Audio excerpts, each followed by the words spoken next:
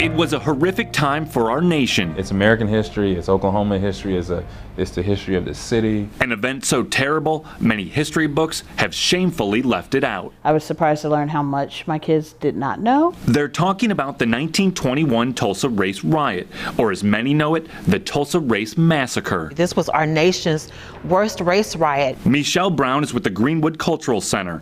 Her office sits on the very spot where nearly 40 acres of vibrant, prosperous property was destroyed, and at least 300 innocent African Americans were senselessly killed.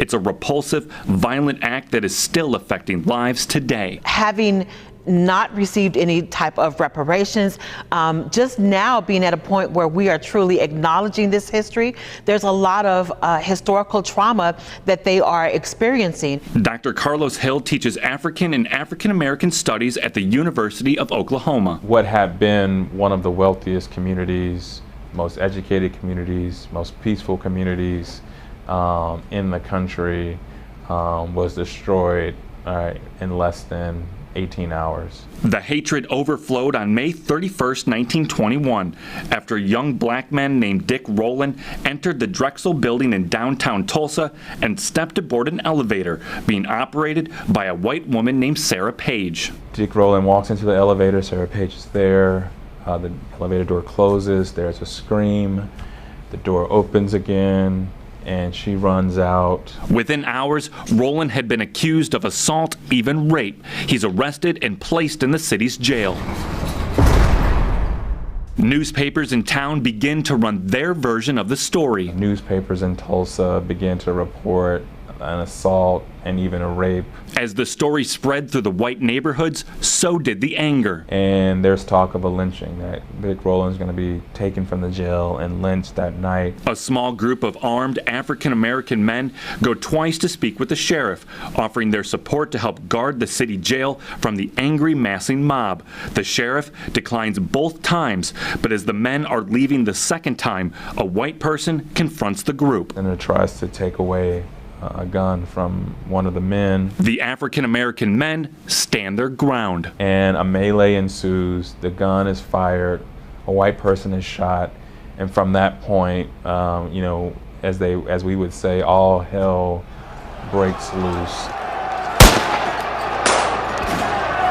The African-American men retreat down the road to the Greenwood district. And they are followed very closely by the white men. Gunfire continues to be exchanged between the groups. When daybreak came, there's an even larger group of whites that have sort of mobilized, and at daybreak they enter into the Greenwood district. What was a neighborhood of intellect, family values, some of the most successful African Americans in the country, became a war zone. Began to burn, loot, kill innocent people, bystanders. African Americans caught in the violent racist attack were killed, their livelihoods wiped from the map. Their community was destroyed, their homes were destroyed, their businesses were destroyed, their churches were destroyed, their schools were destroyed. Since then, Tulsa has been left with a scar that is yet to heal, wounds that have caused distrust of city leaders and allowed for systemic racist policies to dictate the lives of African Americans in Tulsa. So the way that they feel about the police, the way they feel about city officials, the way they feel about being citizens of Tulsa. Michelle Brown says only in learning the full history of the Tulsa Race Massacre can one begin to see the pain it has caused Tulsans for a century. When we realize and acknowledge the history, we understand some of what they are experiencing emotionally and mentally and even spiritually. That's why having the knowledge and courage to educate Tulsa's youth about our history is critical. For a lot of kids, when they think of topics like segregation, they think of the deep, deep South, and they don't really connect it to Oklahoma and Tulsa. Shrita Ashley teaches history at Edison Preparatory School. She says educating students about the race massacre helps them self-reflect and grow as young adults. It made it more real for them because they could connect to places they knew in town, parts of town that they had lived in the past or they live in currently, and understand why was there so much difference between different segments of Tulsa. But having these conversations has proved difficult for many adults, even teachers. They did not feel comfortable talking about this part of history in their classrooms. They didn't know how to discuss it and address it. Brown saying many educators she's mentored lacked enough knowledge to facilitate meaningful conversations. They did not know enough about it to be able to educate their students about it. For Shrita Ashley, the educational process for teachers begins with self-awareness. And be okay with accepting that you've done things wrong, and it's okay. You know, you're a person, you're a human, and you realize this hasn't been working,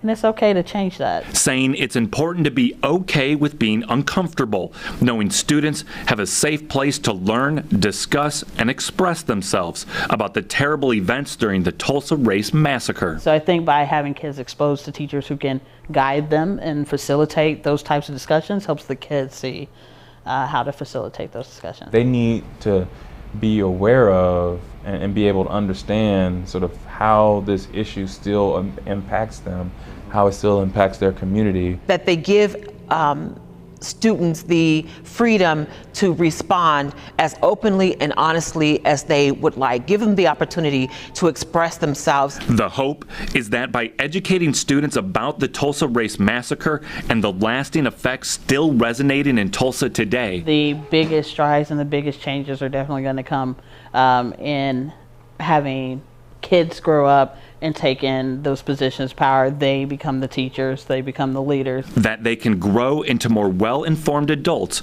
that can create positive, lasting change in Tulsa. Most of these students, as history has shown us, will be here. They'll be leaders in our city, and they can see where these problems started, and they can figure out where to go from here. Hoping one day the deadly racist attack will serve as a reminder of our evil past, but also highlight the qualities of African Americans who endured such terrible acts of violence and oppression. It was an attempted expulsion that was unsuccessful, and I think probably the thing that Black people are most proud about in relationship to the Tulsa race riot or the massacre is the fact that the community was rebuilt. That African Americans in Tulsa would not break to the pressure of racism and injustice. It's a testament to the strength of the community.